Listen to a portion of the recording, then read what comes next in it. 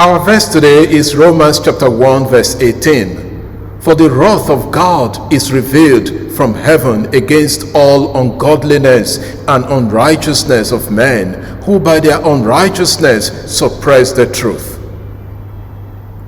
In this section of his first chapter of his letter to the Romans, Paul addresses the universal guilt of both Jews and Gentiles. After declaring that he is not ashamed of the gospel, for it is the power of God for salvation to everyone who believes, he explains that through the gospel, the righteousness of God is revealed.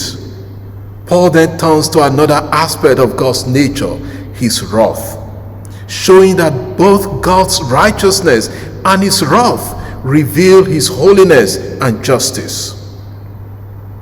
In our verse, Paul focuses on the wrath of God. One might ask, why speak about God's wrath when he is supposed to be all loving and all merciful? The wrath of God, translated from the Greek orge theou, does not refer to impulsive or capricious anger like human beings. Rather, it is God's righteous opposition to sin, not the emotional rage that characterizes human anger, but a moral and judicial response to evil. Paul says that this wrath is revealed from heaven.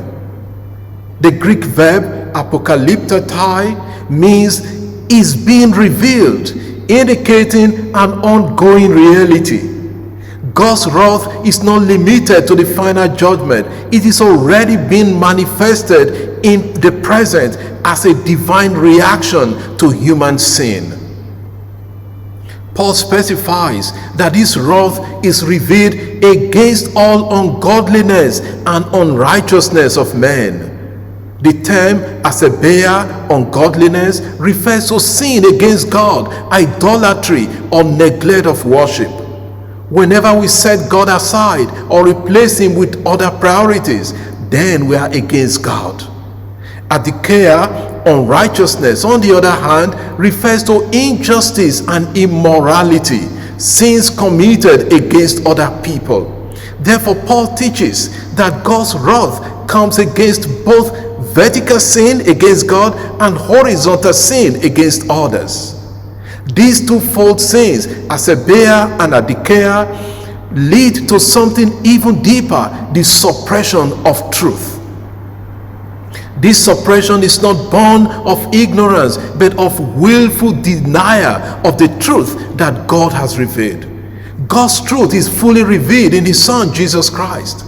So to deny Jesus or to deliberately go against his way is to reject the truth of God himself. The truth is not merely an abstract idea, but a person, Jesus, who said, I am the way, the truth, and the life. Therefore, to suppress the truth is to reject Jesus Christ. Today's verse invites us to examine our relationship with God and with others, and to reflect on how faithfully we uphold the truth of the gospel we have received. Many people prefer not to hear about God's wrath. We want a loving and merciful God, but often without justice, so that we can live as we please. Yet Paul reminds us that God's wrath serves a purpose. It checks human excesses and calls us back to live like Christ. God's wrath then is not contrary to his love. It is an expression of his holiness and righteousness, his moral integrity that demands justice and truth.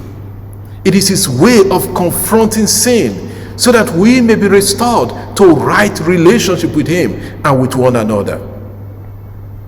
Lord, may we always be mindful of your love.